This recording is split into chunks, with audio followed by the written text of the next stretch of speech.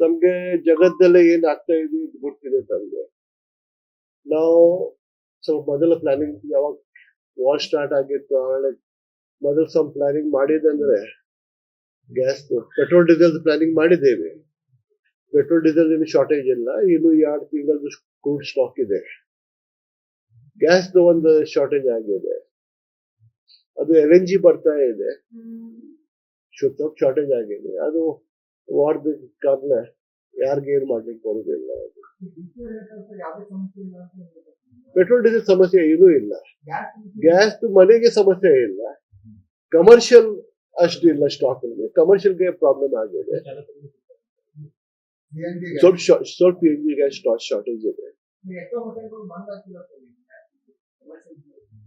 ಇಲ್ಲ ಬರ್ತಾ ಇದೆ, ಸ್ವಲ್ಪ ಕ್ವಾಂಟಿಟಿ ಕಡಿಮೆ ಆಗಿದೆ, ಬರ್ತಾ ಇದೆ.